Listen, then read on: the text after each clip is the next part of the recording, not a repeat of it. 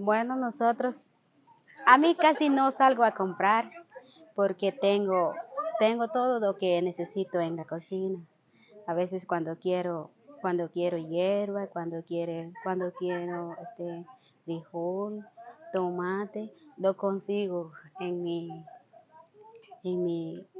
conmigo también, porque tengo unos que me sirven como cebollas, tengo sembrado y hierbas como esquiles, como ayotes, y a veces cuando tengo mucho, puedo vender, lo vendo, y cuando ya no quiero, entonces, cuando ya no hay el mío, entonces voy en la tienda, solo en tienda porque aquí no hay mercado. No hay mercado, por eso solo nos toca ir en las tiendas donde venden tomates, cebolla, pero cuando nosotros lo tenemos, pues ni modo, no hay que ir en la tienda.